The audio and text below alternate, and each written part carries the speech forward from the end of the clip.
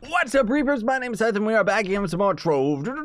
You'll have to excuse me going into this video. I'm a little bit under the weather. I'm not like sick or anything like that. Just a tiny little bit under the weather. So today we're going to be talking about Trove's new game mode that apparently is not coming out in May at all, even though the developers referred to it specifically as the May update in one of their live streams. It seems that that's not going to happen, because now they're actually calling this a summer update. It's a big summer expansion.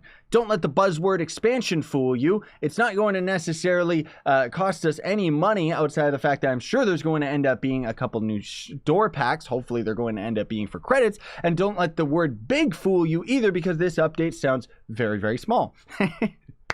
So anyways, Bomber Royale is going to end up being a new game mode added to Trove. Don't get too excited at the fact that it says Royale and it's kind of a little bit of a pun on Battle Royale, the game mode that's being popularized vastly by Fortnite, which was originally a game mode taken from PUBG, which was Hunger Games, and Minecraft had it and everything. And it's just, what can I say? If you don't know what the Battle Royale game type is, then you don't really know what modern video games are. So everything is pretty much doing this. Even MapleStory 2 is adding their own PUBG game mode or Battle Royale game mode, right? So Trove thought that they would capitalize on this popularity by calling their new game mode Bomber Royale. However, there is nothing about this game mode, absolutely nothing. There's like one aspect of it that is going to end up being similar to the Battle Royale game mode.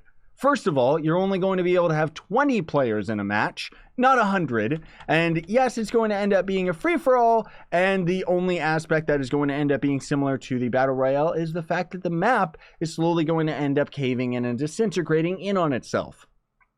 Yeah, so we'll see whether or not that means that it's going to end up completely destroying itself all the way down to one block, and then it's just going to end up being a bit of a mess. Most likely the round is going to end up ending before we end up getting to that point. But anyways, what is Trove Bomber Royale game mode? We're going to be reading the blog here, and I'm going to end up putting a link in the description if you don't want to watch through this video and just want to read it for yourself. But I'm going to speculate about a couple things, with the update itself, and a couple things that I have heard whispering in my ear by little birds.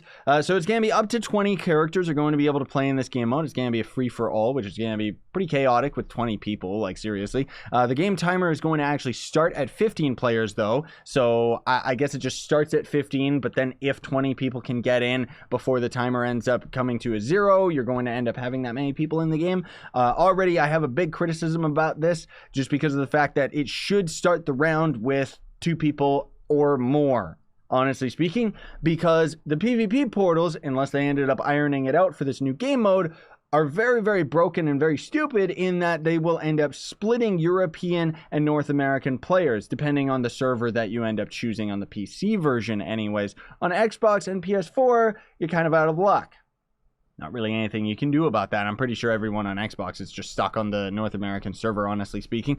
But the thing is that on PC and on Xbox, North American and European players can all play together. PS4 is the odd one out, where it ends up splitting North American and European players. That's an issue with the PlayStation 4 and, the Sony Online and everything like that. It's got nothing to do with Trove.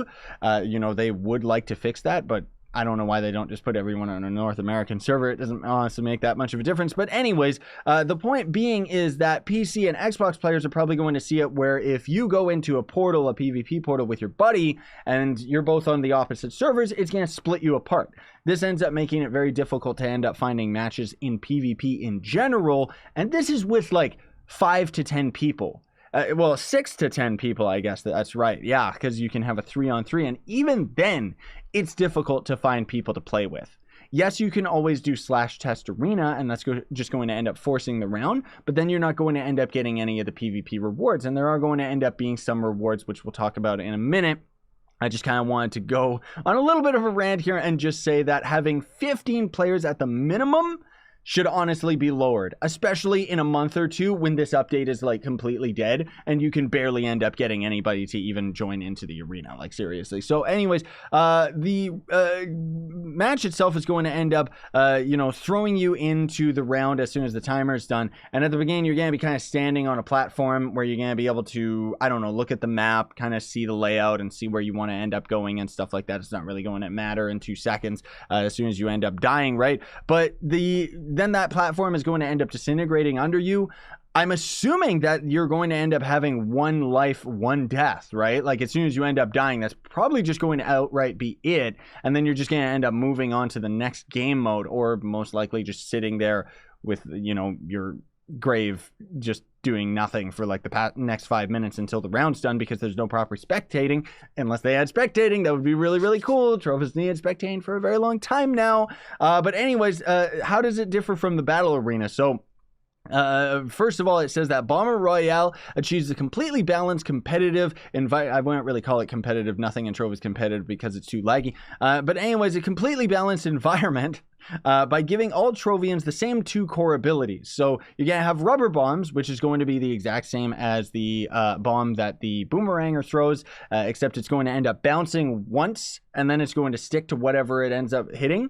And then you're going to have the climbing claw, which is going to be the exact same ability of the lunar lancer. Now, we'll see what ends up happening. They keep saying that it's constantly, you know, they keep saying balance this, balance that. So hopefully it means that no matter what your character size is, you're going to end up having all the same movement speed, rather than having a higher base movement speed for being the lunar lancer, because the lunar lancer has a higher base movement speed than any of the other characters. But that would mean that you would have to have even stats as you end up loading into the arena, and I don't know whether or not they're going to end up doing that, because for example, a level 1 lunar lancer is going to be slower than a level 30 lunar lancer, because you end up getting more base movement speed, right?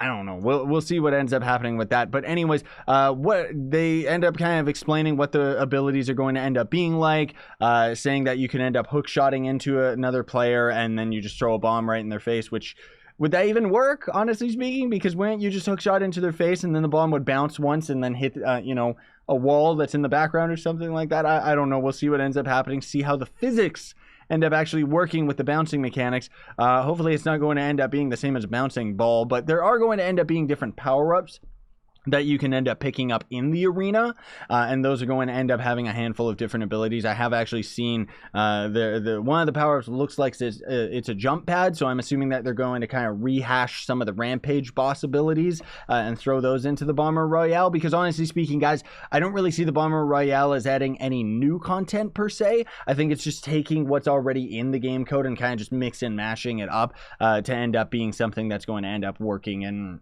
a weird PvP mode. But the cool aspect, and this is something that genuinely has me excited, is the fact that you're going to be able to throw these bombs down in the PvP arena, and it's going to destroy the arena while the arena itself is slowly closing down in on itself, right? So I like the fact that you're destroying the environment. I think that's awesome.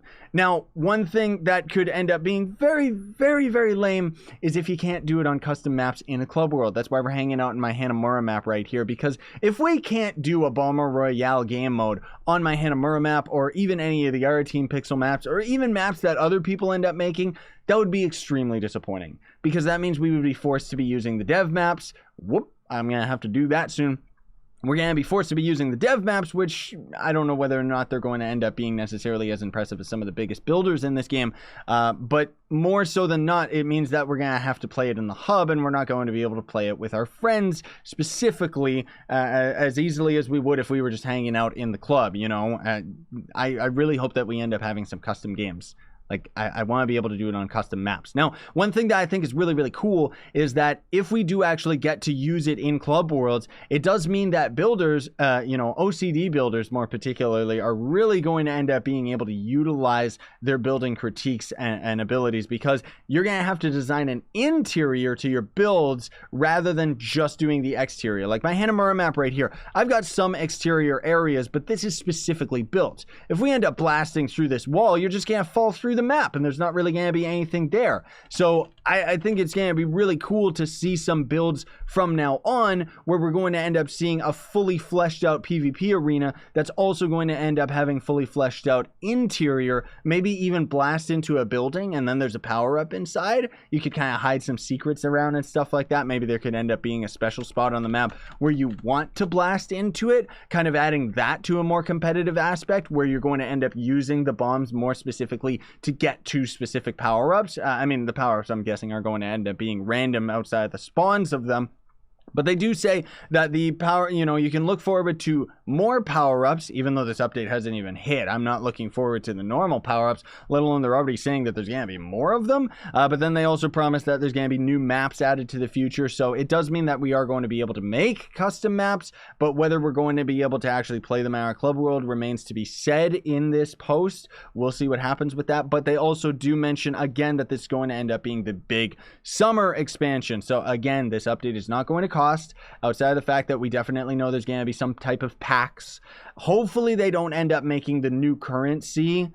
Yes, that's right. Hopefully the new currency is not going to end up being a cash shop item, because apparently you're going to end up earning a currency as you end up winning these rounds, and then you can spend them at an NPC to end up buying like mounts and various other items. And then again, on top of that, I really, really hope that these new items are just cool rather than just some dumb item that just has one color, like most of the things that the developers have been adding lately. Whenever they develop them, usually it's just a quick reskin and it's all just one color rather than actually having proper shading or just taking something from the modding community. I mean, goodness gracious, we got so many mods that could already just be added to the game and just throw those into the arena. But the biggest thing is I do not want this new game mode to have mounts and items that will end up giving mastery. I really, really hope that they don't end up making that same, making that mistake, because it means that it's going to force people to play it rather than people playing it because they want to. Thankfully, they didn't make that mistake with PvP, where, battle factor and everything like that, none of that really matters. It's just something that you kind of casually end up getting while you're grinding PvP, and only really ends up affecting PvP outside of the fact that you end up getting a really cool plane mount that hasn't really ended up seeing any reskins yet, I don't think. And more so than not is the fact that none of that stuff ends up giving mastery. So I really, really hope the Bomber Royale game mode doesn't end up giving us mastery, because even though I'm going to end up grinding everything out of this game mode, guaranteed, so I can show you guys in a video, it doesn't mean that I like the idea of forced grinding it. Like I always am of the mind where it's like you have the option to do this and the option not to. And not to mention that would just end up taking away from my Shadow Tower grind. But anyways, the fact that they keep saying this is the summer update, the U10 update apparently is going to end up still being in the fall as far as I know. They've been hinting at some other things, but we'll talk about those as we end up getting a little bit more information about it. I don't know whether or not this update is supposed to be like so much content and mastery for these new mounts and stuff like that to kind of force players to play it so that we stay not interested, but stay invested in it for a long enough time that the U10 update can end up coming out and we're just finishing all the Bomber Royale content. But I mean, generally speaking, when it comes to Trove, we can always end up grinding this stuff pretty quickly. It's just really gross because you gotta invest a lot of time into it. Anyways, I don't mean to ramble. Thank you so much for watching, everybody. Let me know what you all think on my community tab on YouTube. Is this something you're excited about? I'm just gonna have a little poll so you can vote for it. But if you want to end up leaving a little bit more feedback than just choosing yes or no, you can end up leaving a comment in the comment section down below. I'd be interested to hear your feedback on this. I do think that it's an interesting idea. I like the fact that we're going to end up getting more Trove content. That's always a good thing. But personally speaking, I don't like how misleading it is, where it acts like it's going to end up being a Battle Royale game mode and stuff like that. It could end up being the next greatest thing. Don't get me wrong. I haven't played it. But as of right now, it's just like, I don't know. We'll see what happens, right? It's kind of like, it's just PvP. So I'm not really the most excited about it. I just want U10. Thanks for watching, though, folks. Very much appreciate it. Don't forget to like, share, favorite, and subscribe for more daily content. And if you want to support me, you can always sponsor my YouTube channel. Check links in the description for my merch store, as well as Gawkbox, which is a way you can donate to me for free. Sign on. Stay up, everybody.